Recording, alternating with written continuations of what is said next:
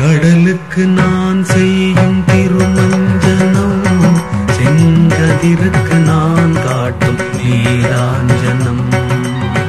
அம்மா நான் செலுத்தும் கீதாஞ்சலி, அம்மா நான் செலுத்தும் கீதாஞ்சலி. உன் அருள் என்னும் சாகரத்தில் தோன்றும் துளி. கடலுக்கு நான் செய்யும் திருமஞ்சனம், செங்கதிருக்கு நான் காட்டும் நீராஞ்சனம்.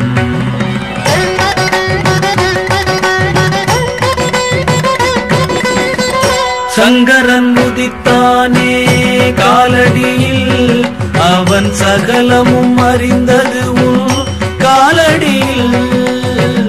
சங்கரன் உதித்தானே காலடியில். அந்த நடமாடும் தெய்வத்தை வணங்கி எங்களது உரையை ஆரம்பிக்கின்றோம். மனித வாழ்க்கை ஒரு பூவை போன்றது. பூவுக்கு முன்னாடி வித்து இருக்கிறது அல்லவா?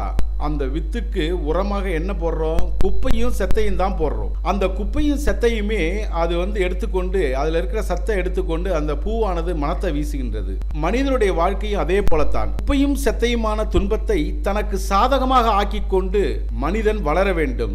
இதற்கு ஒரு உதாரணம் மனித வாழ்க்கையே ஒரு பூவை போன்றது. திருப்பதியில் அனந்தாழ்வார் என்று ஒருவர் இருந்தார்.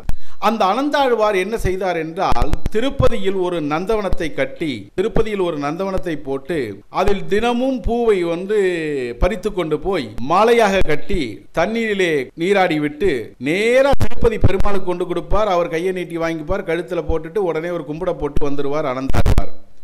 அனந்தாழ்வாருடைய டெய்லி நடக்கிற ஒரு நிகழ்ச்சி. அனந்தாழ்வார் ஒரு நாள் என்ன செஞ்சிட்டு இருந்தார்? நந்தவனத்துல பூ பறிச்சிட்டு இருந்தார். பூ பறிச்சிட்டு இருந்த நேரத்துல ஒரு பாம்பு தீண்டிடுச்சு. பாம்பு தீண்டினது அனந்தாழ்வாருக்கு தெரியும். இருந்தாலும் பரவாயில்ல, கையால தொடச்சிட்டு அந்த பூவை எடுத்துட்டே இருந்தாரு. பூவை எடுத்து திரும்பி மாலையா கட்டினாரு. அதே போல வழக்கம் போல குளத்துல குளிச்சாரு. குளிச்சு இதெல்லாம் மாலையா கட்டி எடுத்துட்டு போய் திருப்பதி பெருமாள்கிட்ட போனார். பெருமாளுக்கு அதிர்ச்சி. என்னையா பாம்பு கடிச்சு நீ இங்க வந்துட்டேன்னு. ஐயா, பாம்பு கடிச்சது எனக்கு தெரியும். சிறு அதே அந்த பாம்பு சின்ன பாம்பு விஷம் கம்மியா இருந்ததுனால நேரா உன்னை பார்த்துட்டேன். அதே விஷமுள்ள பாம்பு அதிக பெரிய நீளமுள்ள விஷமுள்ள பாம்பா இருந்தா என்னை எல்லாரும் போட்டு குளிப்பாட்டி இருப்பாங்க, உன்னை வைகுண்டத்துல பார்த்திருப்பேன், அவ்வளவுதான் அப்படின்னு சொல்லி ரொம்ப சாதாரணமா சொன்னார் அனந்தாழ்வார். அதே போல்தான் மனிதனுடைய வாழ்க்கை ஒரு பூவை போன்றது. செருதுண்ட நாயனார், அவரை பத்தி நம்ம நிறைய கேள்விப்பட்டிருப்போம். பிள்ளைக்கறி சமைச்சவர்னு. அந்த செருதுண்ட நாயனார் ஒரு முறை தான் சம்பாதித்த புகழ், தான் ஈட்டிய வெற்றி, தான் ஈட்டிய பணம், தன் மனைவி மக்கள் மேல் உள்ள பாசம், அடுத்தது சிவனின் மேல் உள்ள பக்தி எல்லாத்தையும் முரத்துல போட்டு புடைச்சார். முறைன்னா அந்த காலத்துல தான் தெரியும், இப்ப இருக்கிற பொம்பளைங்களுக்கு தெரியாது. முரத்துல போட்டு புடைச்சார். அப்படி புடைச்ச உடனே சிவனின் பக்தி தான் மிஞ்சிச்சு. அதுல சிவனுடைய பக்தி தான் மிஞ்சிச்சு. பாக்கி எல்லாம் மறைஞ்சிருச்சு. அது எப்படின்னா, அந்த காலத்துல தாய்மார்கள் நெல்லையும் பதரையும் போட்டு முரத்துல புடைப்பாங்க. நெல்லையும் பதரையும் போட்டு புடைக்கும் போது பதர் ஒதுங்கிடும், நெல்மணி மட்டும் கீழே தங்கும். அதே போல மனிதன் அதை ஒவ்வொரு மனிதனும் உளமாற உணர வேண்டும். நெஞ்சு மேடிட்டவன் உள்ளத்திற்கு எப்போதும் இறைவன் வரமாட்டான். அது பரம்பரை படிப்பாக இருக்கலாம், அல்ல பரம்பரை செருக்காக இருக்கலாம், இல்லை செல்வத்தின் செருக்கால் இருக்கலாம். நெஞ்சு மேடிட்டவன் உள்ளத்திற்கு இறைவன் வரமாட்டான். எப்படி? கண்ணபிரான் நாடு விட்டு தூது செல்ல போகிறார். யார்கிட்ட? துரியோதனன்ட்ட தூது போறார் நாடு கேட்கறதுக்காக. தூது போன கண்ணபிரான் நேர்முகமாக நேரா விதுரனுடைய குடிசையில போய் நுழைஞ்சிட்டார். விதுரனுடைய குடிசையில் நுழைஞ்சோடனே விதுரனுக்கு ஒரே சந்தோஷம். ஐயோ கண்ணா கண்ணா கண்ணா, என்னுடைய குடிலுக்கு வந்து விட்டாயே.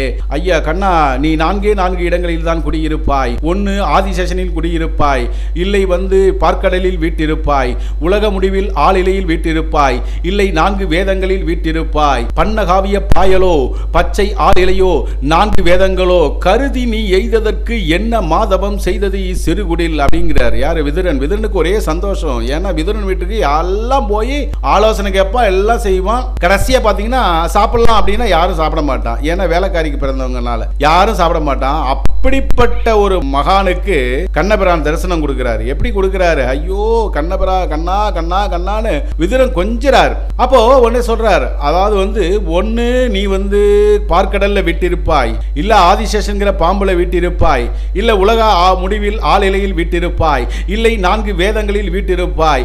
ஆனால் இந்த சின்ன குடிசை என்னையா தவம் செய்தது? என்னுடைய சிறு குடிலுக்கு வந்து விட்டாயே கண்ணா அப்படின்னா அப்பதான் தெரிஞ்சுக்கணும். நெஞ்சி மேடிட்டவன் உள்ளத்திற்கு இறைவன் வரமாட்டான். விதுரனுடைய பக்தியை எண்ணிதான் விதுரனுக்கு கண்ணபிரான் சதுர்புத தரிசனம் கொடுத்தார். சதுர்புத தரிசனம்னா பாயசம் போட்டிருக்காரு, 2 கை இல்ல 4 கையை வர வச்சு 4 கையால சாப்பிட்டுட்டே இருந்தார். அப்படி ஒரு தரிசனத்தை யாருக்கு கொடுத்தாரு? விதுரனுக்கு. விதுரனுக்கு ரொம்ப நாளா ஒரு நோய், அந்த நோய் தீராமல் இருந்துட்டே இருந்தது. அது வரைக்கும் அந்த கஞ்சி தான் சாப்பிட்டு இருந்தாரு. பெருமான் எப்போ இலையில சாப்பிட்டாரோ அப்பவே அவருடைய நோய் நீங்கிடுச்சு. பெருமான் போனதுக்கு 2 காரணங்கள். ஒன்னே அவருடைய நோயை தீர்க்கணும், இன்னொன்னு அந்த படி சொல்ல தீர்க்கணும். அது 2 கோகமே கண்ணபிரான் விதுரனுடைய குடிசைக்கு நேர்முகமாக நுழைஞ்சார். அதே போலதான் இறைவன் மேல் தீராத பக்தி கொண்டால் எதுவுமே வேணாம், படிப்பு வேணாம், அறிவு வேணாம், எதுவுமே வேணாம். இறைவன் மேல் அன்பை மட்டும் செலுத்தினோம்னா அந்த அன்பு தானா வந்துடும். தெய்வம் நம்மகிட்ட தானா வந்துடும். அது காமாட்சியா இருக்கலாம், மீனாட்சியா இருக்கலாம், காஞ்சி பெரியவரா இருக்கலாம், ரமணரா இருக்கலாம். யார் ஒருவரை குருவாக நீங்கள் நினைக்கிறீர்களோ அவரை டெய்லமும் வேண்டிக் கொண்டே இருந்தீர்கள் என்றால் அந்த குருவினுடைய ஆசீர்வாதம் நித்தமும் தங்களுக்கு கிடைக்கும் என்பதில் எல்லவும் சந்தேகம் இல்லை. அதே போலத்தான் காஞ்சி பெரியவாளும் நிறைய சுயசரிதத்துல நிறைய பக்தருடைய அனுபவங்களை சொல்லியிருக்கோம். இது எதுவுமே பொய் கிடையாது, சத்தியத்தில் தோய்த்தெடுத்த உண்மைதான். எல்லாத்தையும் நாங்க சொல்றது எல்லாமே நடந்த நிகழ்ச்சிகள் தான், கட்டுக்கதையோ இட்டுக்கதையோ கிடையாது. காஞ்சி பெரியவரும் அந்த நடமாடும் தெய்வத்தை மனமாற நெஞ்சுருகி நீங்க வேண்டீங்கன்னா பல தீராத நோய்கள், தீராத பிரச்சனைகள் எதுவா இருந்தாலும் தீர்த்து வைப்பார் என்பதில் எல்லவும் சந்தேகம் இல்லை. இப்போது பக்தருடைய ஒரு மெய்சிலுக்கும் அனுபவத்தை பார்க்கலாம். வடலூர் வள்ளலாரை எடுத்துக்கொண்டால் மாணிக்க வாசகரை குருவாக எடுத்துக்கொண்ட வள்ளலார் கேழில் பரஞ்சோதி, கேழில் பரங்கருணை. இது யார் சொன்னது? மாணிக்க வாசகர். கேழில் பரஞ்சோதி, கேழில் பரங்கருணை என்பதைத்தான் வள்ளல் பெருமான் அருப்பெரும் ஜோதி தனிப்பெரும் கருணை என்று சொன்னார். அருப்பெரும் ஜோதி தனிப்பெரும் கருணை என்று சொன்னார். வள்ளலார் இந்த உலகத்தில் யார் ஒருவர் உண்மையை சொல்கிறாரோ அவர் வெகுஜன விரோதி. இப்பயும் அதுதான், யாராவது உண்மையை சொன்னா வெகுஜன விரோதி. வெகுஜன விரோதி என்பதில் எல்லளவும் சந்தேகம் இல்லை. ஏனென்றால் வள்ளலார் தேங்காய் உடைக்க வேண்டாம், பழம் வைக்க வேண்டாம், தீபஜோதி மட்டும்தான் ஆண்டவன் என்று சொன்னவர்.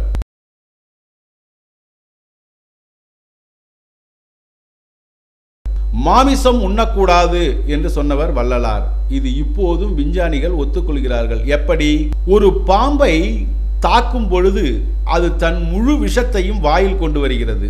ஒரு தேளை நாம் தாக்கும் போது அது தன்னுடைய முழு விஷத்தையும் தன்னுடைய கொடுக்குக்கு கொண்டு வருகிறது. அதே போலத்தான் எந்த உயிரை கொண்டாலும் அது முழு விஷத்தையும் கக்கும். சில பேர் சொல்றாங்க நாங்க ஊசி போட்ட பிறகுதான் கொல்லுவோம் அப்படின்னு சொல்றாங்க. ஆனா நம்ம கொல்லப்படுகிறது என்று அதனுடைய உள் மனதுக்கு தெரியும். அந்த மிருகம் எந்த மிருகமா இருந்தாலும் அதை கொல்ல போறாங்க, அதனுடைய உள் மனதுக்கு தெரியும். அதனால அது விஷத்தை கக்கிவிடும். அந்த மாமிசத்தை சாப்பிடும் மனிதரின் கதி என்னாவது? அதனால்தான் வள்ளலார் சைவ நெறியை தழைத்தோங்க செய்தார். ஒரு ஆற்றிலே மீன் பிடித்த ஒருவன் தூண்டிலே புழுவை குத்தினான். புழு துடிதுடித்து போகிறது. ஆஹா, அந்த மீன், குளத்துல இருக்க மீன், நமக்கு குழந்தைக்கு பிரேக்ஃபாஸ்ட் வந்துருச்சுன்னு சொல்லிட்டு நேரா அந்த புழுவை கொத்த வந்தது. இப்ப என்னாச்சு? புழுவை கொத்துன மீன் இப்ப துடிக்குது. முதல்ல புழுவை குத்துனா அந்த புழு துடிச்சது. புழுவை திங்க வந்த மீனை தூண்டில மாட்ட உடனே இவன் என்ன பண்ணிட்டான்? டக்குன்னு இழுத்துட்டான். இழுத்த உடனே மீன் துடிக்குது.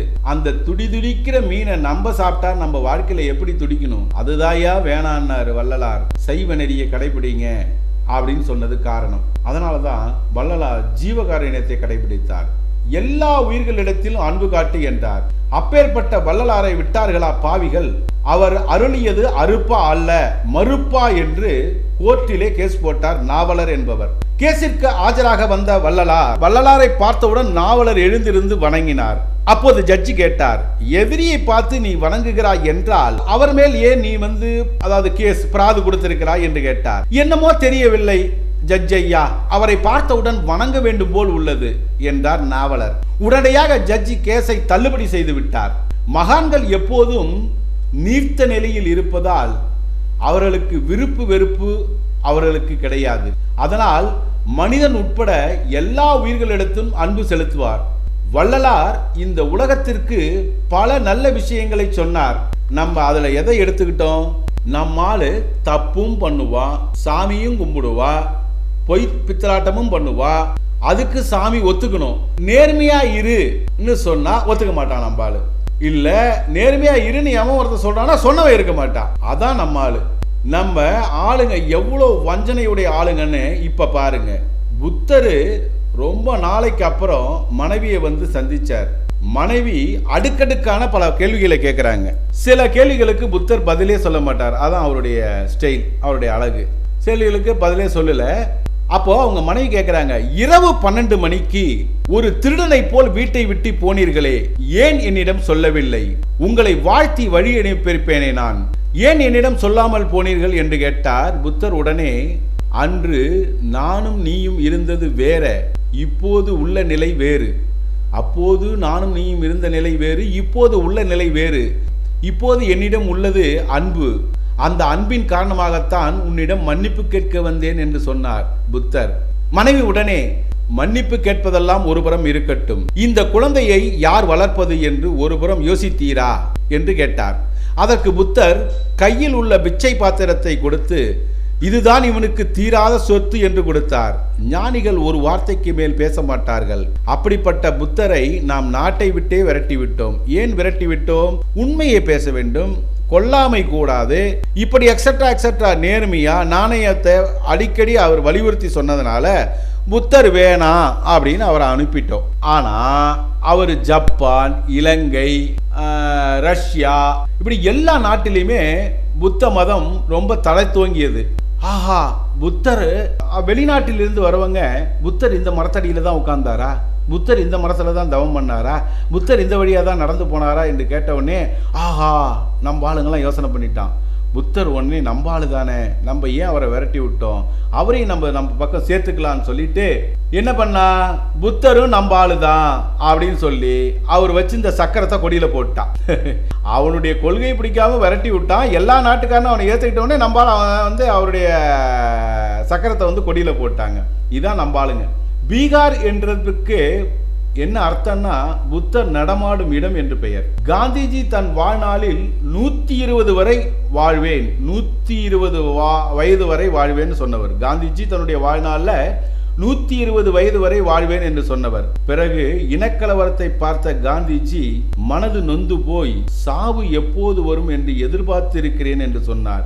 அப்போது அவர் சொன்னார், நான் ஆத்திகனாக இருப்பதோட நாத்திகனாகவே இருந்து விடலாம், அதாவது வந்து சாமி இல்லைன்னே இருந்திருக்கலாம் அப்படின்னு சொன்னவர் காந்திஜி. எவ்வளவு மனது நொந்திருப்பார் பாருங்க. திருவண்ணாமலையார் சொல்வார், தொழுகின்ற கையில் தானே ஆயுதம் முடங்கும். அதே மாதிரிதான் கும்பிட வந்தவன் தானே கோர்ஸே துப்பாக்கியால சுட்டுட்டான். அப்படித்தான் காந்திஜியை சுட்டான். எல்லாரும் மேலெழுந்த வாரியாக பார்க்கும்போது நல்லவர்களாக தான் இருக்கின்றார்கள். சொந்தங்களாக இருக்கட்டும், பந்தங்களாக இருக்கட்டும், நண்பர்களாக இருக்கட்டும். ஆனால் ஒருவனுக்கு பிரச்சனை என்றால் சொந்த பந்தங்கள், நண்பர்கள் எல்லோரும் ஓடி ஒளிந்து விடுகிறார்கள். அப்போது நிர்கதியாய் நிற்கின்ற மனிதன் இறைவனை நாடுகின்றான். அப்படித்தான் பெரியவரும் 13 வயது இளம் பாலகனாக இருந்த பொழுதே காஞ்சி மடத்திற்கு பொறுப்பேற்றார். 13 வயது இளம் பாலகனாக இருந்த பொழுதே காஞ்சி மடத்திற்கு பொறுப்பேற்றார். பீஷ்மர் என்ற சொல்லுக்கு அர்த்தம் என்னவென்றால் பயங்கர சபதம் செய்கிறவன் என்று பொருள். தன் வாழ்நாள் வரைக்கும் திருமணம் என்று ஒன்றே செய்து கொள்ள மாட்டேன் என்று பயங்கரமான சபதம் செய்தான். அதனால் தான் அவன் பெயர் பீஷ்மர். காஞ்சி பெரியவரும் மடத்தில் உள்ள ஆச்சாரங்களை கடைபிடித்து கோயிலில் ஒரு ஓரமாக வாழ்ந்து கொண்டிருந்தார். மக்கள் குறைகளை போக்கிக் கொண்டிருந்தார். இன்னும் போக்கிக் கொண்டுதான் இருக்கின்றார். ஒரு பக்தரின் மெய்சிலுக்கும் அனுபவத்தை பார்க்கலாம். மனித வாழ்க்கை என்பது நிரந்தரமற்றது. நிலையாமையை நம் தமிழ் நூல்கள் சொல்லிய அளவு உலகத்துல எந்த நூலுமே சொல்லல. நிலையாமையை எடுத்து கூறிய நம் தமிழ் நூல்களை போல் எந்த நூல்களும் நிலையாமையை பத்தி அவ்வளவு தெளிவாக சொல்லவில்லை. ஏன்னா அமெரிக்காவில் பார்த்தீங்கன்னா ஒரு டெத் போயிட், அவ பேரு, அந்த அம்மாவுக்கு அந்த 10,000 பாடல்கள் எழுதினாங்க. அந்த அம்மாவுக்கு பேரு டெத்து பொயட்ரி. அந்த 10,000 பாடலை நீங்க படிச்சுட்டே வந்தீங்கன்னா அடுத்த கணம் மரணம் வந்துருமோ, அடுத்த கணம் மரணம் வந்துருமோ, அடுத்த கணம் மரணம் வந்துருமோ, அப்படிதான் அந்த அம்மா எழுதியிருக்கான். ஆனா நம் தமிழ் நூல்களில் சொல்லப்பட்ட திருமூலரிலிருந்து எல்லாத்தையும் பார்த்தோம்னா அவ்வளோ அருமையா இருக்குங்க. நிலையாமையை பற்றி சொல்ற அந்த தமிழ் நூல்கள் நிலையாமை என்னன்னா உடனே உயிர் பெறும் இல்லை, நிலையான காரியங்களை சீக்கிரம் செஞ்சிரு. ஏன்னா காட்டுல பறக்கிற பூடை பூக்கள் மாதிரி உன்னுடைய உயிர் எப்ப வேணாலும் போய்விடும். அதே மாதிரி மாயைன்னா பொய்ன்னு அர்த்தம் பண்ணிக்கிறாங்க. மாயைன்னா என்ன அர்த்தம்னா இருப்பது போல் தோன்றி இல்லாமல் இருப்பது. இருப்பது போல் தோன்றி இல்லாமல் இருப்பது. இப்போ ஒரு 5-6 பேர் பேசிக்கிட்டு இருக்கோம், 6 பேர் நின்று பேசிட்டு இருக்கோம், ஒருத்தன் டக்குன்னு மறைஞ்சிடறான், என்னடா மாயமா மறைஞ்சிட்டா அப்படின்னு கேட்கறோம்ல, அதுதான் இருப்பது போல் தோன்றி இல்லாமல் இருப்பது தான் மாயை. இந்த உலக வாழ்க்கையும் அப்படிதான். திருமூலர் சொல்றாரு பாருங்க, என்ன அருமையான ஒரு வார்த்தை, ஒரு செயல் பாருங்க. திருமூலர் சொல்றாரு, கணவர் வீட்டுக்கு போன் பண்றார் மனைவிக்கு. போன் பண்ணி மதியான சாப்பாடு செய்ய, என்ன செய்யணும்னு மனைவி கேட்குறாங்க. பத்த குழம்பு, மோர் மிளகா, ஜிலேபி, லட்டு, பண்ணு பண்ணு பண்ணு பண்ணு. அடுத்தது ஜாங்கிரி, அப்புறம் மோர் குழம்பு, மோர் மிளகா, நீர் வடை, என்ன கறி, பரவாயில்ல, கீரை கூட்டு, முருங்கைக்காய் கூட்டு, எல்லாம் பண்ணு பண்ணு பண்ணு வந்துடுறேன்னு எல்லாம் பண்ணி வச்சுட்டு மனைவி இவரை எதிர்பார்த்துட்டு இருக்காங்க. அங்கேருந்து மனைவி வந்தவொடனே ஒரு இலைய, பெரிய தலவா இலைய போடுறா. போட்டவொடனே இவர் கணவனார் உட்கார்றாரு. அப்படியே இலையில எல்லாத்தையும் பரிமாறுறாங்க. அவங்க செஞ்சதெல்லாம் வரிசையாக அடுக்கி வைக்கிறாங்க. அடுக்கி வச்சுட்டு உடனே பார்த்து இவர் சொல்றார், ஒரு பெண்ணை பார்த்து இலையை பார்த்தேன், இலையில் சுவை இல்லை அப்படின்னு சொல்லிட்டு இவர் சாப்பிட ஆரம்பிக்கிறார்.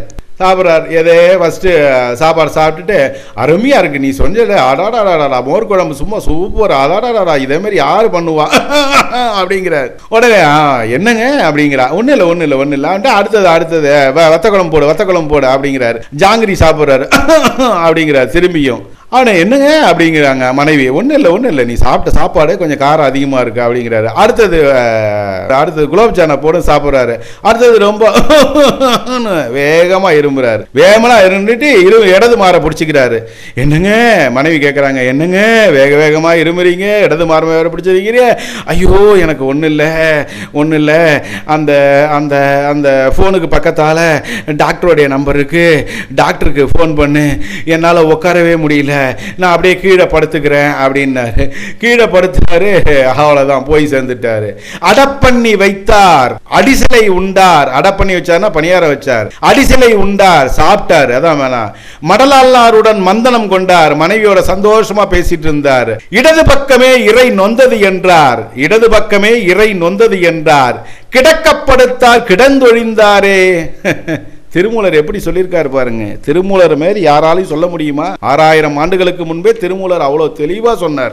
எல்லாம் பண்ணி வச்சாங்க, எல்லாம் சாப்பிட்டாரு, எல்லாம் பண்ணாரு, இடது பக்கமே இறை நொந்ததுன்னாரு, அப்படியே படுத்துக்கிறேன்னாரு, கிடந்து ஒழிந்தாரு, நெஞ்ச பிடிச்சாரு, கிடந்து ஒழிந்தாரேன்ட்டார். அதனால மனிதனுடைய வாழ்க்கை மிகவும் நிலையற்றது. அதனால இருக்கின்ற வரைக்கும் நம்மளால் முடிந்ததை, அதாவது இன்னொன்னு சொல்றார் திருமூலர், அதையும் பார்க்கணுங்க நம்ம. அதாவது தானம் அன்னதானம் ரொம்ப சிறந்தது அப்படின்னு சொல்றார். அன்னதானம் பண்ணலாம்.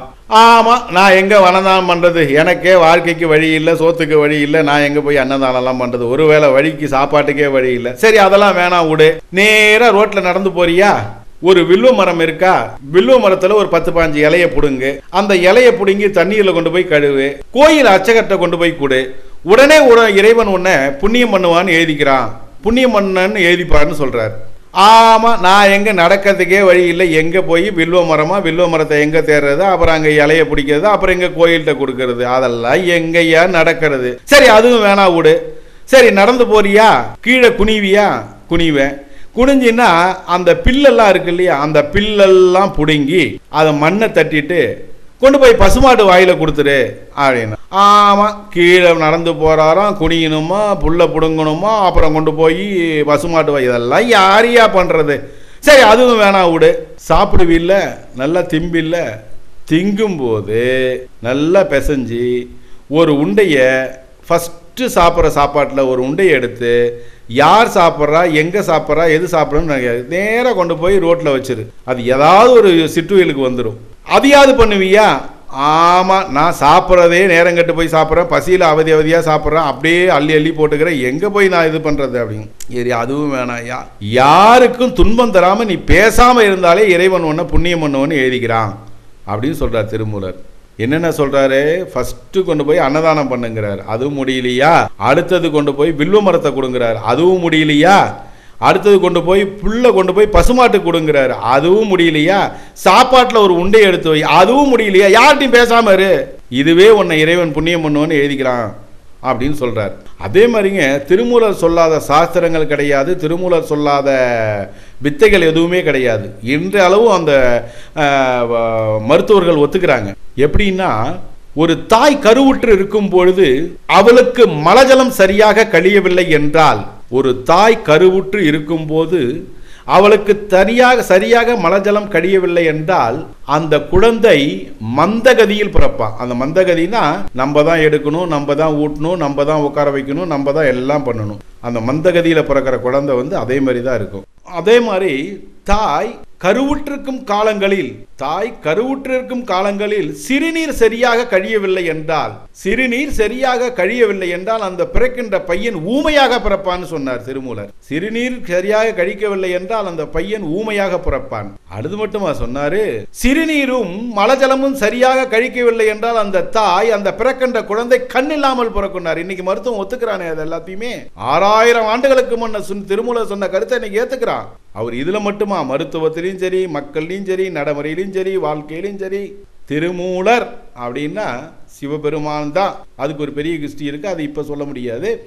திருமூலர் அப்படின்னா சிவபெருமான் தான் நேரா வந்தது. ஏன்னா ஆடு மேய்ச்சிட்டு இருந்தா அந்த இடத்துல மூலன்னு ஒருத்தர் இருந்தா, அது ஒரு கதை இருக்குது, அதை பின்னாடி நம்ம பார்க்கலாங்க. ஏன்னா ஒரு தாய் கருவுற்றிருக்கும் போது மலஜலம் கழியவில்லை என்றால் அந்த பிள்ளை மந்தகதியில் பிறப்பான். கருவுற்றிருக்கும் போது தாய் சிறுநீர் சரியாக கழிக்கவில்லை என்றால் அந்த பிள்ளை ஊமையாக பிறப்பான். மலஜலமும் சிறுநீரும் சரியாக கழிக்கவில்லை என்றால் அந்த பிள்ளை கண்ணில்லாதவனாக பிறப்பான் என்று திருமூலர் அன்றே கூறவில்லையா? இன்று MBBS மருத்துவர்கள் ஒத்துக்கொள்கிறார்களே. எப்படி? நம் முன்னோர்கள் அவ்வளோ ஞானிகள், தமிழ்நாட்டில் பிறந்த தத்துவ ஞானிகள். அதே போலத்தான் மகா பெரியவரும் பல இடங்களில் பல இடர்பாடுகள், பல இன்னல்கள் வருவதற்கு முன் பக்தரை காப்பாற்றி இருக்கிறார். ஏன் ஆர்டரே மாத்தி வாங்கி கொடுத்திருக்கிறார். போக வேண்டிய ரயிலை நிப்பாட்டி மறுநாள் ஏற்றிருக்கிறார். எல்லா அனுபவத்தில் இருக்கு. இப்போது ஒவ்வொரு அனுபவமா நம்ம பார்த்துட்டே வரலாம். இப்போ நடமாடும் தெய்வத்தின் மேல் மாறா பக்தி கொண்ட பிரதோஷ மாமா, அவர் பேரே பிரதோஷ மாமா. என்னடா பேரு பிரதோஷ மாமான்னு இருக்குன்னு பார்க்காதீங்க. அதுக்கும் காரணம், சிவனுக்கு உகந்த நாள் அது பிரதோஷ நாள். அப்போ சிவனின் வடிவமான காஞ்சி மகானுக்கும் பிரதோஷ நாள் தானே சிறந்தது. அந்த பிரதோஷத்தன்னைக்கு பெரியவாளை தவறாம தரிசனம் பண்ணார், பக்தியோட பூஜை பண்ணார் வெங்கட்ராம ஐயர். இவர் பிரதோஷம் வழிபாட்டை சிறப்பா செய்ததனால இவருக்கு பிரதோஷ மாமா என்று பெயர் வந்தது. சரி, இப்படி பூஜை பண்ணுவருக்கு பெரியவா என்ன அனுகிரகம் பண்ணான்னு பார்க்கலாம். அதுக்கு முன்னாடி வெங்கட்ராம ஐயர் பக்தி கொஞ்சம் பேசலாம். பெரியவர் தன்னோட வாயால வெங்கட்ராம ஐயரை 64வது நாயன்மார், அடேங்கப்பா, பெரியவாளே கடவுள், அவரே கடவுள் 64வது நாயன்மார்னு கூப்பிடுறார். ஏன் அப்படி கூப்பிடுறார்? பெரியவர் மேல் அளவு கடந்த பக்தி, அன்பு, காதல் எல்லாம் அளவுக்கு மீறி வசப்பட்டார். பெரியவர் புகழ் உலகம் முழுக்க பரப்ப செய்தவர். இவரை சொல்லலாம், பெரியவர் புகழ இவர் உலகம் முழுக்க பரப்ப சொன்னவர் அப்படின்னு இவரை சொல்லலாம். அதனால்தான் நாயன்மாரோட பக்திக்கு நிகராக இவரை வச்சு 64வது நாயன்மார் 64வது நாயன்மார்னு சொன்னார். சரி, இப்போ கதைக்கு போலாம். ஒரு நாள் பிரதோஷ மாமா பெரியவா அவதரிச்ச அனுபவ நட்சத்திரம் பெரிய அளவுல கொண்டாட நினைச்சு 4 நாட்களுக்கு முன்னாடி அதுக்கான ஏற்பாடெல்லாம் பண்ணிக்கிட்டே இருந்தார். எழும்பூரில் ரயில்வே காலனியில் தங்கியிருக்கார் பிரதோஷ மாமா. அதனால அங்கேயே ஏற்பாடெல்லாம் வெகு விரைவா பண்ணிட்டு இருந்தார். நாளைக்கு பெரியவா ஜெயந்தி விழாவுக்கு வருகின்ற எல்லாருக்கும் பால் பாயசம் கொடுக்கணும்னு ஒரு அன்பர்கிட்ட சொல்றார். அதற்கு அவர் சொல்றார், இப்போ சொன்னா எப்படி பால் கிடைக்கும்? குறைஞ்சது 100 லிட்டர் பால் வேணும். 2 நாள் முன்னாடியே சொல்ல வேண்டாமான்னு கேட்கிறார். சரி, அது இந்த நாள் வேண்டாம், இன்னொரு நாளைக்கு முன்னாடியே பால் ஆர்டர் பண்ணி செய்யலான்னு அந்த அன்பர் சொல்றாரு. முன்பின் பார்க்காத ஒருவருக்கு அருள் புரியும் கருணை மாமலை 64வது நாயன்மார்க்கு அருள் புரிய மாட்டாரா? அகமளந்து சொன்னார். அவருக்காக அருள் புரியாமல் போய்விடுவாரா? உடனே ஒரு போன் வருது. ஜோஷின்னு ஒரு பக்தர், பிரதோஷ மாமா நாளைக்கு பெரியவா ஜெயந்திக்காக 100 லிட்டர் பால் அனுப்பி வைக்கிறேன், நீங்க அதை நல்ல முறைக்கு பயன்படுத்திங்கன்னு சொன்னார். போன்ல சொன்னார். விரும்பி கேட்டதை உடனே கொடுக்கும் காமதேனு கற்பக விருட்சன்னு பெரியவாளை எண்ணி வியந்து பாராட்டுறதுக்கு வேற என்னங்க வார்த்தை இருக்கு? அன்பர்கள் நினைச்சு நாளைக்கு பண்ணணும்னு மனசார நினைச்ச உடனே பால் போன்ல வருது பாருங்க. அப்படிப்பட்ட மகான் வாழ்ந்த பூமி அது. சரி, அடுத்தது இன்னொரு மெய்சிலுக்கு அனுபவத்தை பார்க்கலாம். அடுத்து நம்ம பார்க்க போறது பக்தரோட அனுபவம். கொஞ்சம் வித்தியாசமானது, அதிசயமா வைக்கிறது. அது என்னங்க? அரசு ஆணையை மாத்தி போட வச்சார். அது என்னதுன்னு பார்க்கலாம். பெங்களூர்ல இருக்கிற பாலகிருஷ்ணன் அவரோட தந்தை கந்தசாமி ஐயரும் பெரியவளுடைய தீவிர பக்தர். சங்கரமடம் கட்டினது, பொதுக்கிணறு அமைச்சது, இந்த மாதிரி வேலைகளுக்கெல்லாம் ஈடுபட்டவங்க. கந்தசாமி ஐயரும் பாலகிருஷ்ணனும் பெரியவங்க என்ன சொல்லுவாங்க, கங்கா ஸ்தானம் துங்கா பானம்னு சொல்லுவாங்க. அப்படின்னா கங்கா ஜலத்தில் குளிக்கணும், துங்கா ஜலத்தை குடிக்கணும். அப்படிப்பட்ட ஜலத்தை தவறாம பெரியவருக்கு கொடுத்த பக்தர் அவர். பாலகிருஷ்ணன் உத்தியோகம் கிடைச்சது, மேலும் பதவி உரை கிடைச்சது. அதற்கு எக்ஸாம் எழுதி பாஸ் பண்ணது, அப்போதுதான் பதவி உயர்வு கிடைக்கும். ஆனால் பாலகிருஷ்ணன் 5 முறை எழுதியும் பாஸ் ஆகலை. இதில் என்ன சிக்கல்னா 5 தடவைக்கு மேலே அந்த பரீட்சையை எழுதுகிற வாய்ப்பு கிடையாது. 5 முறையும் தோல்வியை சந்திச்சுட்டா திரும்பி அந்த எக்ஸாமுக்கு போக முடியாது. பெரியவாளை போய் பார்த்து முறையிட்டாங்க. பெரியவரும் ஆசீர்வாதம் பண்ணி பிரசாதத்தை கொடுக்குறாரு. சில நாளில் ஒரு அரசாணை வருது பாருங்க, கவர்மெண்ட்லேருந்தே மாற்றி வருது ஆணை. என்ன ஆணை? 5 முறை தோல்வி அடைஞ்சவங்க 50% மேல் பாஸ் மார்க் வாங்கியிருந்தால் 50% மேல் பாஸ் மார்க் வாங்கியிருந்தால் இன்னொரு முறை தேர்வு எழுதலாம். தெய்வம் நினைத்தால் திருமூலர் சொல்லுவார், பதி பாசம், பதி பசு பாசம், பதி பசு பாசம். பதிங்கிறது இறைவன், பசுங்கிறது நாம், பாசங்கிறது உலகம். பதிங்கிறது யாரு? இறைவன். பசுங்கிறது யாரு? நம்ம. பாசங்கிறது யாரு? உலகம். பதிங்கிற இறைவனும் அனாதி, பசுங்கிற நம்மளும் அனாதி. ஆனா இறைவன் நினைச்சிட்டான்னா பசுவும் பாசமும் போயிடும். இறைவன் ஒரு கணம் சிந்தனை பண்ணா பசுவும் பாசமும் அவங்கிட்ட போயிடும். ஆனா நம்ம சிந்தனை பண்ணா அவர்கிட்ட வரமாட்டார், அன்பு செலுத்தினாதான் வருவார். இந்த இடத்துல அதை பார்க்க சில நாள் அரசாணை வருது. 5 முறை தோல்வி அடைஞ்சவங்க, அதான் இப்ப சொன்னோம், 50க்கு மேல் பாஸ் வாங்கியிருந்தா இன்னொரு முறை தேர்வு எழுதலான்னு ஒரு ரூல்ஸ் போட்டாங்க. ஆனா ஆண்டவன் சோதனை வைக்காமையா போவான். இவர் என்ன பண்ணார், 42% மார்க் தான் வாங்கியிருக்காரு. அப்புறம் மேலதிகாரி ஒருத்தரோட சிபாரிசு கிடைச்சி எப்படியோ விண்ணப்பிச்சுட்டாரு. இவர் அங்கே இங்கேன்னு அலைஞ்சு விண்ணப்பம் வாங்குறதுக்குள்ளேயே தேர்வு வந்து போச்சு. சரியா படிக்க முடியாத பாலகிருஷ்ணன் மனசு வேதனைப்பட்டாரு. நமக்கு தேர்வு எழுத வாய்ப்பு கிடைப்பதே சந்தேகமாகத்தான் இருக்கு, எப்படி படிக்க முடியும்? இப்போ மறுபடி வாய்ப்பு கிடைச்சும் அதுலேயும் மார்க் வராது, இப்பயும் தோத்து தான் போகிறோம்னு நினைச்சாரு. ஆனா அதிசயத்தை பாருங்க, இன்னொரு ஆணை கவர்மெண்ட்லேருந்து வருது. 2 மாதம் தேர்வு ஒத்தி வைப்புன்னு ஆர்டர் வருது. 2 மாசத்துல நல்லா படிச்சு எப்படியோ பெரியவாள் கருணையால பாஸ் பண்ணாரு. அப்புறம் அப்படியே படிப்படியா ஓய்வு பெறும் வர தருணம் வரைக்கும் ப்ரொமோஷன் வந்துட்டே இருந்தது. அன்பரின் வேண்டுகோளுக்காக அரசு ஆணையை மாற்றி வச்ச அந்த நடமாடும் தெய்வம் உங்களின் சிந்தனை, உங்களின் பேரன்பை நீங்கள் அவர் மேல் பொழிந்து இன்னதுதான் வேண்டும் என்றால் இன்னது தராமல் எப்படி போய்விடுவார் அந்த நடமாடும் தெய்வம்? நீங்கள் ஒரு முறை வேண்டி பாருங்கள், உங்களுக்கு நன்மையே நடக்கும். திருச்சூர்னு ஒரு க்ஷேத்திரம் இருக்கு, திரு சிவ பேரூர்னு சொல்றது. பேரூர்னு ஒரு க்ஷேத்திரம் இருக்கு கோயம்புத்தூர் பக்கத்துல. அதுக்கு ஆதி சிதம்பரம்னு அதுக்கு பேரு. அந்த பேரூருக்கு கோயம்புத்தூருக்கு பக்கத்தில் 2 மீன் இருக்கு. திருச்சூர் சொல்லுவாங்க, அதுக்கு திரு சிவ பேரூர்னு அதுக்கு, அதனால திருச்சூர்னு சொல்றது. அதுவும் அதே மாதிரி பேரூர் மாதிரி பெரிய மகாட்சேத்திரம். அதுக்கு விஷாச்சலம்னு விஷசைலம்னு பேர் அந்த க்ஷேத்திரத்துக்கு. அந்த க்ஷேத்திரம் ஒரு மலை மாதிரி இருக்கு. 4 பக்கமும் பிரதானமான தெருவுகள், மத்தியில் மலையாட்டம் தெரியாது, கொஞ்சம் கரவா இருக்கு. அதனுடைய கரவனுடைய உச்சியில சுவாமியினுடைய க்ஷேத்திரம் இருக்கு. வடக்கநாதன் சொல்றது சாமான்யமா அந்த க்ஷேத்திரம் இருக்கு. அந்த க்ஷேத்திரத்துல விஷாச்சலம்னு அதுக்கு பேர் வர்றதுக்கு காரணம்,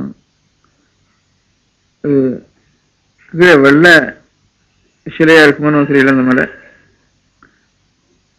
அது தானா அந்த உத்தரவு கொண்டு வச்சு அடிச்சு வைக்காம அந்த மலையிலேயே ஒரு ரிஷபத்தினுடைய ரூபம் உற்பத்தி ஆயிருக்கு. அந்த ரிஷபத்தினுடைய பக்கத்துல அது பூஜை காலுக்கு அந்த இடத்துலதான் பட்டம் கட்டுறதுன்னு பேரு. பட்டத்துக்கு அவரோதம்னு பேரு. ராஜ்யத்துக்கு ராஜாக்களுக்கு பட்டம் கட்டாலும் அவரோதம்னு பேரு அந்த தேசத்து பாஷையில. அதாவது தடுத்து வச்சுடுறது, வேற இடத்துக்கு காரியம் போகாம இந்த காரியத்துக்காகவே அவளை அவரோதம் பண்றதுன்னு அர்த்தம். அவரோதம்னு சொன்னா நேமா ராஜஸ்திரிகளுடைய அந்தப்புறத்துக்கு அவரோதம்னு பேருண்டு. அது இல்லாம இந்த ராஜாக்களுக்கும் ராஜாக்களை காட்டிலும் ராஜபுர அந்த ஸ்திரீகளை காட்டிலும் கடுமையாக இங்கே திரிசூர்பூரில் பூஜை பண்ணுறவளுக்கு. நான் ஒரு நாள் சிவராத்திரி அன்னைக்கு திரிசூரில் சுவாமி தரிசனத்துக்கு போயிருந்தேன். அங்கே வடக்கநாதனுக்கு சிவராத்திரியில் நான் பூஜை பண்ண வேண்டியது 4 காலமும் பூஜை பண்ண வேண்டியது. இங்கே மடத்தினுடைய ரீதியில் சந்திரமணீஸ்வருக்கு பூஜை பண்ண வேண்டிய முறை இருக்கு.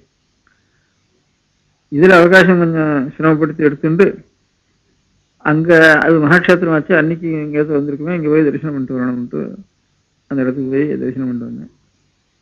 எவ்வளவு சீக்கிரத்தில், ஆனால் பெரிய கோவில் இருந்தாலும் எல்லா விஷயத்தையும் வந்து எவ்வளவு சீக்கிரத்தில் வந்து திரும்பி அடுத்த கால பூஜைக்கு வந்துடணுமோ அவ்வளவு சீக்கிரத்தில் வரணும்னு அங்கே க்ஷேத்திரத்துக்கு போயிட்டு வந்தேன். போயிட்டு வந்தால் அங்கே பூஜைக்கார் எல்லாரும் வந்து எல்லாரும் நல்ல பண்டிதர், நல்லா சம்ஸ்கிருத ஒரு சாஸ்திரஜான எல்லாரும். ஒவ்வொருத்தரும் நல்லா சம்ஸ்கிருதத்தில் நீங்கள் இன்னொரு 10 நிமிஷம் இருக்கணும், இன்னொரு 5 நிமிஷம் இருக்கணும், நாங்கள் தரிசனம் பண்ணணும் அப்படின்ட்டு இப்படிலாம் ரொம்ப பிரார்த்திச்சு பக்தியாக பிரார்த்திச்சா.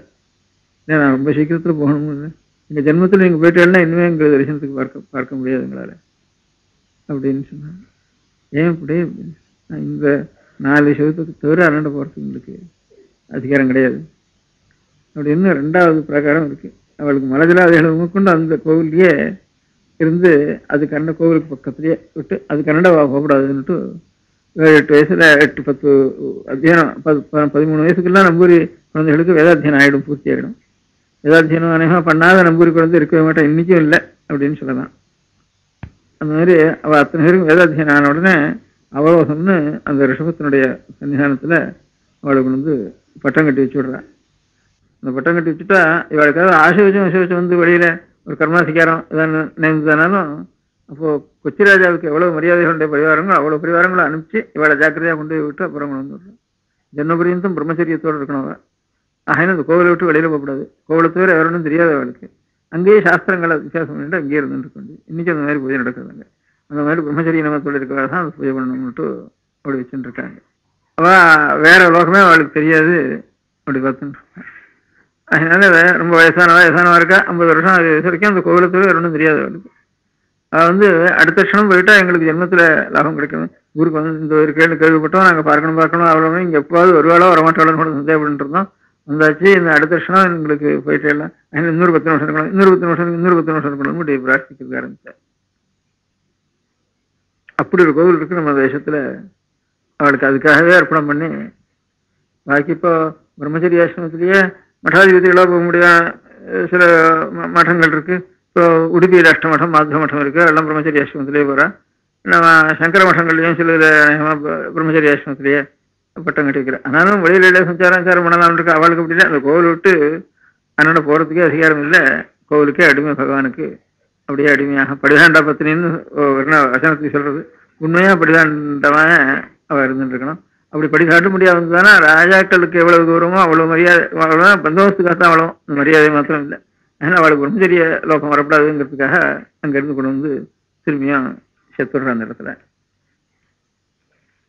அந்த இடத்துல பகவானுக்கு இவ்வளோ ஒரு இடத்துல பாயசம், ஒரு இடத்துல சமாராதனை, ஒரு இடத்துல பணம், ஒரு இடத்துல போட் ரேஸு, ஒரு இடத்துல அதிர்வடி ஈஸ்வரநாதக்கிரமம் சொன்னேனே எத்தனை கேட்டிருக்கேன், திருப்பரையார் கேட்டிருக்கேன், வெடியும் தெரியும். இந்த மாதிரி ஒவ்வொன்றும் இடத்துல சொன்னேனே. இங்கே பகவானுக்கு இந்த நெய் அபிஷேகம், கிருதம் அபிஷேகம் பகவானுக்கு. அந்த கிருதம் நெய் அபிஷேகம் பண்ணி பண்ணி பண்ணி பண்ணி கர்ப்பகிரகம் அர்த்த மண்டபம் நெய்யா போய் அதுக்கு வெளியில நெய்யா இருக்கும். சுவாமியை பார்க்கறதே கிடையாது, பூஜையெல்லாம் நெய்க்கு தான். அது உறைஞ்சி உறைஞ்சி உறைஞ்சி உறைஞ்சி இருக்கும், இந்த வாசப்படிக்கணுன்ட்டு இருக்கும். ரொம்ப வெளியில வந்துட்டு தானே அப்புறம் கோவில் முழுக்க ஆயிடுவேன்றதுக்காக பூஜை பண்ணுறது கொஞ்சம் கிட்ட போகிறதுக்காக இந்த கர்ப்பகிரகத்துள்ளே போகிறதுக்காக கொஞ்சம் கொஞ்சம் நெய் எடுக்கிறது. இந்த எடுத்த நெய் அது 100 வருஷம் 200 வருஷத்து நெய்யா இருக்கும். அது இந்த வைத்திய சாஸ்திர பிரகாரம் புராண கிருதம்னு பழைய காலத்து 100 வருஷத்துக்கு மேலேயான நெய்யா இருந்தானா இந்த சர்ம ரோகங்களுக்கெல்லாம் அது பெரிய ஔஷதம்னுட்டு உடனே அங்கே அஷ்ட வைத்தியாலும் இருக்கா அந்த தேசத்தில். அந்த வைத்தியாலாம் வந்து ஏலம் போட்டுன்னு போயிடுவா அந்த நெய்யை. அவெல்லாம் அதை வாங்கிட்டு போயிடுவா. நிறைய கோவிலுக்கு பணத்தை கொடுத்துட்டு அந்த நெய்யை பைஷத்தியத்துக்காக வாங்கிட்டு போயிடுற சம்பிரதாயம். இந்த மாதிரி அந்த க்ஷேத்திரத்தில் இந்த 2, அதாவது பிரம்மச்சரியம், பகவானுக்கு பூஜை பண்ண முடிய பிரம்மச்சரியம், கிருதம். ஆச்சாரியார் ஆதி பகவத் சங்கர பகவத் பாதாச்சாரியாருடைய மாதாபிதாக்கள் சிவகுரு அரியாம்பிக்கு 2 பேரும் அந்த க்ஷேத்திரத்துலாம் வந்து அங்கே பஜனம் இருக்கிறதுன்னு மலையாளத்தில் சம்பிரதாயம். பஜனம் இருக்குதுன்னா கோவிலுக்குள்ளேயே வந்து படுத்துன்றது, கோவிலுக்குள்ளேயே இருந்துட்டு இருக்குது தம்பதிகள் பிரம்மச்சரியத்தோட அநேக க்ஷேத்திரங்கள் உண்டு பஜனம் இருக்கிறதுன்ட்டு. அப்போ அப்புறம் திரும்பியும் வந்து இப்போ சோழிங்கரில் போய் அநேகம் பேர் சுவாமிக்கு மத்தியானம் போயிட்டு வர அங்கே அப்படி இல்லை, கோவிலே இருந்துடுறது அப்படி இருந்துருது. அப்புறம் சுவாமி எப்போ சொப்பனத்தில் நமக்கு பிரத்யட்சமாகி பலத்தை கொடுக்க அனுகிரகம் பண்ணுறாரோ அதுக்கப்புறம் தான் புரட்டு போகிறதுன்ட்டு அப்படி வழக்கம் எத்தனை நாள் பஜனம் இருக்குதுன்ட்டு இப்போ நடக்கிறது. அந்த மாதிரி ஆதி பகவத்பாதாளுடைய மாதா அவதாரம் என்ன ஸ்தானமான மாதா பிதாக்கள் 2 பேரும் அந்த இடத்துல வந்து பஜனம் பண்ணி அதுலேருந்து தான் சுவாமி வந்து உங்களுக்கு 100 பிள்ளைகள் வேணுமா தீர்காயுசா அல்லது சொல்ப வயசோட 8 வயசோட ஒரு பிள்ளை வேணுமான்னு பிரார்த்திக்கிற காலத்தில் உங்களுக்கு என்ன தெரியாது, கேட்கறதுக்கே தெரியாது, என்னத்தையாவது கேட்டால் என்னதானே வந்து சேர்ந்துடும் இங்கே. அதனால சர்வத்திர பிரமாணம் பகவான் தான் 2 பேருடைய சொப்பனத்தில் ஏக காலத்தில் வந்து 2 பேரும் அதே பிரகாரம் சொல்லுவேன்டா. அப்படின்னா நானே வந்து 8 வயசு ஆயுசோட வந்து அவதரிக்கிறேன்னு சொல்லிட்டா. அப்புறம் இன்னொரு 2 காரணத்தினால 8 16 ஆச்சு, 16 32 ஆச்சு. அது 4 பங்கு ஆயிட்டு அப்புறம் 8 வயசு. அதனால் அந்த க்ஷேத்திரம் தான் ரிஷாச்சல க்ஷேத்திரம்னு ஆச்சாரியார். அது ஒரு க்ஷேத்திரம் மேற்கு சமுத்திரக்கரையில். இங்கே நெய்ன்னு சொன்னேன். ஒரு இடத்துல சமாராதனை, ஒரு இடத்துல பாயசம், ஒரு இடத்துல பணம், ஒரு இடத்துல போட் ரைஸ், ஒரு இடத்துல திருவடி, ஒரு இடத்துல நெய்யும் பிரம்மச்சரியமும் இங்கே சுவாமிக்கு பிரம்மச்சரியத்தில் விசேஷம். இந்த இவ்வளவு பிரம்மச்சரியத்தோட நியமத்தோட ஒரு கோவில் நடக்கிறதுன்னு லோகத்தில் தெரியவே தெரியாது, ஜனங்களுக்கு தெரியவே தெரியாது. அந்த இடத்துல அப்படி வச்சுருக்கேன்.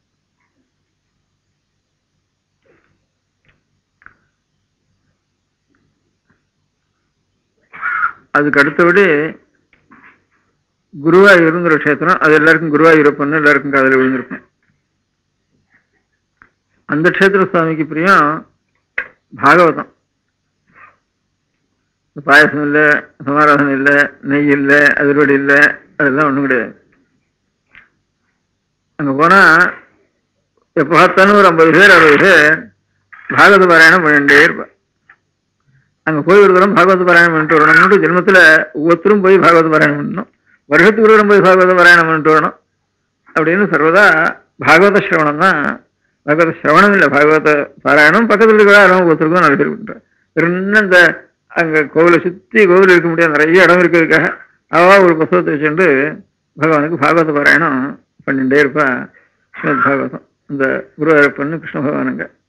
அதனால் அவருக்கு பாகவத பாராயணத்தில் அவ்வளவு பிரீத்தி அவருக்கு.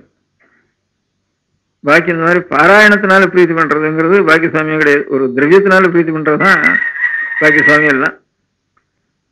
நான் ஒரு சுவாமி பிரம்மச்சரியம் நெய் ராஜ்யம். இங்கே பாகவத பாராயணம் இந்த இடத்துல. அங்கேயும் கொஞ்சம் ஒரு முறையில் பிரம்மச்சரியம் உண்டு. 6 மாதத்துக்கு அந்த அர்ச்சகம் வெளியில் போகக்கூடாது. இந்த திருச்சூரில் ஜென்மம் முழுக்க எப்படி கணக்கு வச்சிருக்கோ அந்த மாதிரி 6 மாதத்துக்கு அங்கே உள்ள வந்துட்டான்னா அதுக்கப்புறம் அவன் போகக்கூடாது. 6 மாதத்துக்கு அப்புறம் அவன் இருக்கலாம், அடுத்த 6 மாதத்துக்கு அப்புறம் அவன் வரலாம் அப்படின்னு அந்த மாதிரி ஒரு நியமம் ஒவ்வொரு இடத்துல இருக்கு. இன்னொரு அனுபவத்தை பார்க்கலாம். வருமுன் காப்போம்னு ஒரு பழமொழி இருக்கு. அப்படின்னா நோய் வருவதற்கு முன்னாடியே நாம் இதை தடுக்கலாம். நோய் வருவதற்கு முன்னாடியே தடுப்போம். தடுக்கிறதுக்கு என்ன வழிமுறைன்னு பார்ப்போம், அதை நம்ம கடைப்பிடிப்போம். அதாவது வருமுன் காப்போம்னு ஒரு பழமொழி. நோய் வர்றதுக்கு முன்னாடியே நம்ம என்ன அந்த தடுப்பூசி அது இதெல்லாம் போட்டுக்கிறோம் இல்லையா, அதை தான் சொல்றாரு. ஆனால் ஒரு ஆபத்து வருதுன்னா அது நம்மை போன்றவருக்கு எப்படி தெரியும்? நமக்கே ஒரு ஆபத்து வருதுன்னா நம்ம போன்றவங்களுக்கு எப்படி தெரியும்? தெய்வத்துக்கு தானே தெரியும். நம் கருணை தெய்வம் கல்கண்டு பிரசாதத்தை கொடுத்து ஒரு குழந்தையோடைய உயிரை காப்பாற்றியது என்றால் நம்புவீர்களா? நம்பித்தான் ஆகணும். பெரியவர் ஆந்திராவில் சண்டிகர்ங்கிற கிராமத்துல முகாமிட்டு இருந்தார். ஜெயராமன் பட்டம்மாள் தம்பதியர் தன்னுடைய குடும்பத்தோட பெரியவாளை தரிசனம் செய்ய கிளம்பினாங்க. அவங்களோட பேரண்ட்ஸ் சந்திரசேகரனும் கூட போறான். 4 வயது குழந்தை. பெரியவா அந்த குழந்தைய கூப்பிட்டு பேர் எல்லாத்தையும் கேட்டு அவன் கையில கல்கண்டு கொடுத்து இதை வச்சுக்கோன்னு சொல்றார். அவனும் வாங்கிட்டு விளையாட ஓடிட்டான். அப்போ அந்த இடத்துல இருந்த கிணத்துல தெரியாம தவறி விழுந்துட்டான். அந்த கிணறு இருக்கிறதே அந்த இடத்துக்கு பார்வைக்கே தெரியாது. அதனால கிணத்துல விழுந்துட்டான். அந்த கிணத்துல தண்ணீர் தேங்கி இருந்தது. அவன் விழுந்தது தெரியாமல் அவங்க எல்லாரும் குழந்தைய காணோம்னு தேடிட்டு இருக்காங்க. அப்போ குழந்தையோட சட்டை கிணத்துல மிதக்கதை பார்த்துட்டு பதறி போய் எல்லாரும் சத்தம் போட்டு கூப்பிட்டு குழந்தைய வெளியில எடுக்கிறாங்க. குழந்தை தண்ணியிலேருந்து அதிகமாக குழந்தை தண்ணியை அதிகமாக குடிச்சிருக்கான். அதை வெளியில எடுத்த பிறகு குழந்தைய தூக்கிட்டு பெரியவாள் முன்னாடி குழந்தைய படுக்க வச்சுட்டாங்க. நடந்ததை சொல்றாங்க. பெரியவாள் சொல்றாரு, பயப்படாத, குழந்தை கையில என்ன இருக்குதுன்னு பாருன்னு சொல்றாரு. பரபரப்பா எல்லோரும் குழந்தைய கையை பார்க்கறாங்க. அவன் கையில பெரியவாளுக்கு கொடுத்த கல்கண்டு பத்திரமா வச்சிருக்கான். எல்லாருக்கும் ஒரே ஆச்சரியம். பெரியவர் கொடுத்த பிரசாதத்தை மகிமையா நினைச்சு எல்லோரும் கண் கலங்கிச்சிட்டாங்க. பெரியவர் கொடுத்த பிரசாதத்தை அந்த பையன் வச்சிருந்ததை பார்த்துட்டு எல்லாரும் கண் கலங்கிட்டாங்க. அதான் வருமுன் காப்போம் அப்படின்னு பிரசாதத்தை கொடுத்து காப்பாத்திருக்கிறார் அந்த குழந்தைய. ஏன்னா ஒரு மனிதனுக்கு கெட்டது வருது நல்லது வருதுங்கிறது மனிதனுக்கு தெரியாது. என்னதான் ஜாதகம் அது இதுன்னு விதி செயல்பட்டாலும் மகான்களுக்கு மட்டும் அது தெரியும். அவன் நடந்து வரும்போதே இவனுக்கு இப்படிதான் நடக்க போகுது அப்படிங்கிறது. அந்த நடமாட தெய்வத்துக்கு தெரிஞ்சுதான் அந்த பையனுக்கு கையில கல்கண்டை கொடுத்து அனுப்பிச்சிருக்கிறாரு. இன்னைக்கு அரசாங்க உத்தியோகத்துல அவன் சகரியமா இருக்கான்னு சொல்லியிருக்காங்க. அடுத்து நடமாடும் தெய்வம் ஒரு முறை, அடுத்த ஒரு அனுபவம். நடமாடும் தெய்வம் முறையிட்டால் நடக்காத செயல் எதுவுமே இல்லை. பெரியவர் நினைத்தால் அருள் பாலித்தால் எல்லா செயலும் இணைந்தே நடந்தேறும் என்பதை உணர்த்தும் விதமாய் நடந்த உண்மை சம்பவம் ஒன்றை பார்க்கலாம். பெங்களூரில் மத்திய அரசோட ராணுவ கணக்கு அதிகாரியா இருந்தவர் சதாசிவம். பெரியவாள் முழு முதற் கடவுள். பெரியவாள் தான் அவருக்கு முழு முதற் கடவுள். டெல்லி பக்கத்துல இருந்த மீரட்ல சில காலம் டிரான்ஸ்ஃபர் பண்ணியிருக்காங்க. அங்க இருந்தாலும் எப்போதெல்லாம் நேரம் கிடைக்குதோ அப்போல்லாம் பெரியவாளை பார்த்து தரிசனம் பண்ணிட்டு வருவார். ஒரு முறை சதாசிவம் சந்தர்ப்பம் கிடைச்சி காலையில பெரியவாளை பார்க்க காஞ்சிபுரம் வந்துட்டு இரவு மீரட் போக டிக்கெட் எல்லாம் எடுத்து வச்சுட்டாரு. காஞ்சிபுரம் போயிட்டாரு.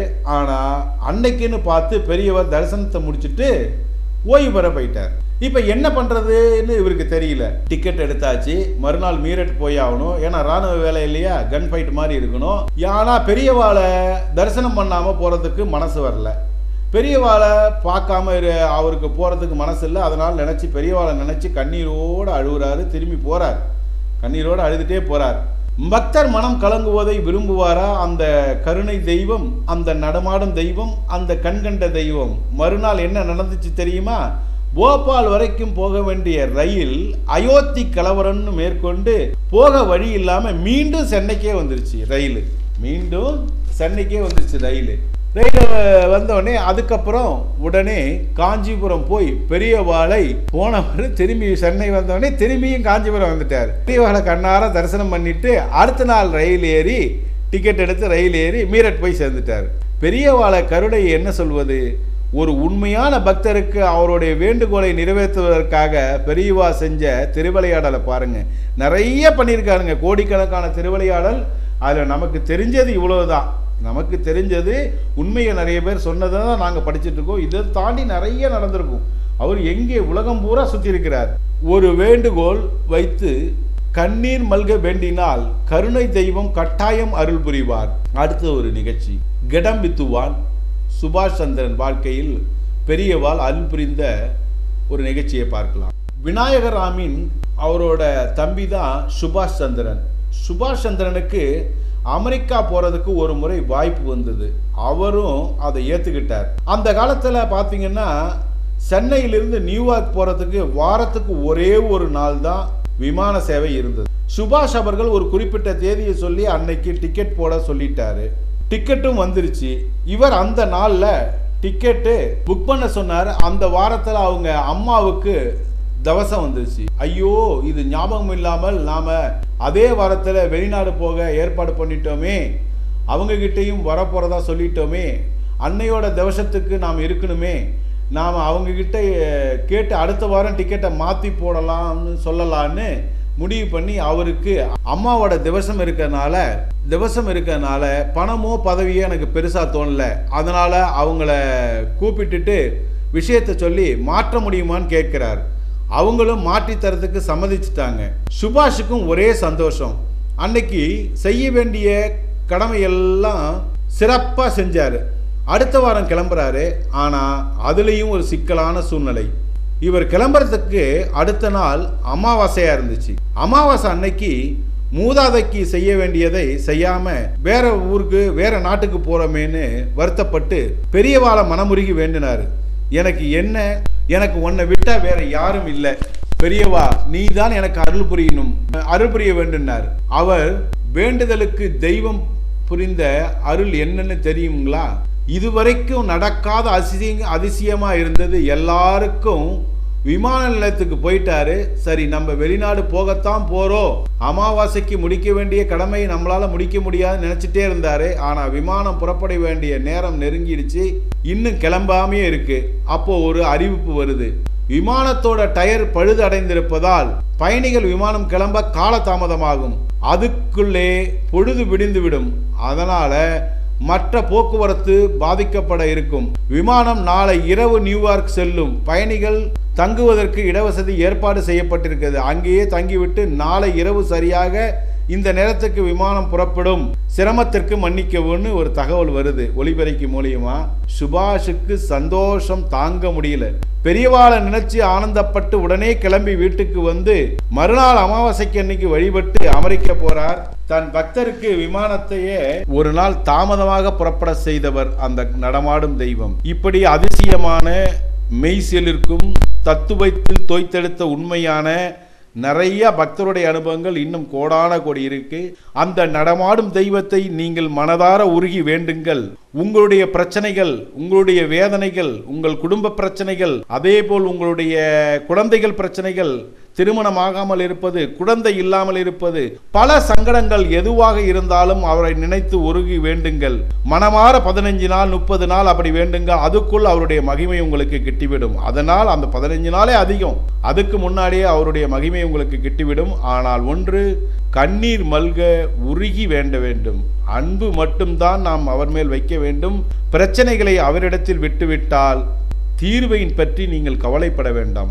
தானாக எளிதாக வந்து உங்கள் வீடு தேடி வரும். வேலையாக இருந்தாலும் சரி, மற்றதாக இருந்தாலும் சரி, வீடு தேடி வந்து கதவை தட்டும். பெரியவருடைய ஒரு படத்தை வைத்துக் கொண்டால் வீட்டுக்கு அவர் காவல் தெய்வமாக இருப்பதில் எல்லளவும் சந்தேகம் இல்லை.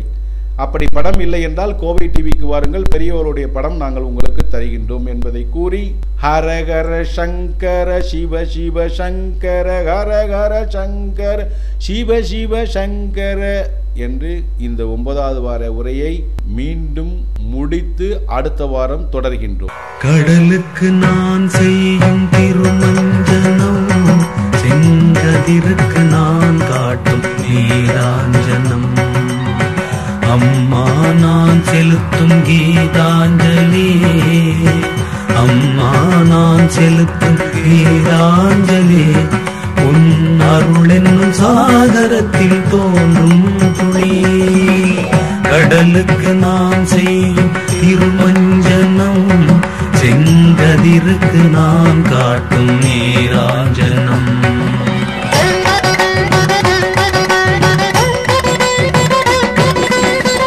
சங்கரன் உதித்தானே காலடியில், அவன் சகலமும் அறிந்தது உன் காலடியில். சங்கரன் உதித்தானே காலடியில், அவன் சகலமும் அறிந்த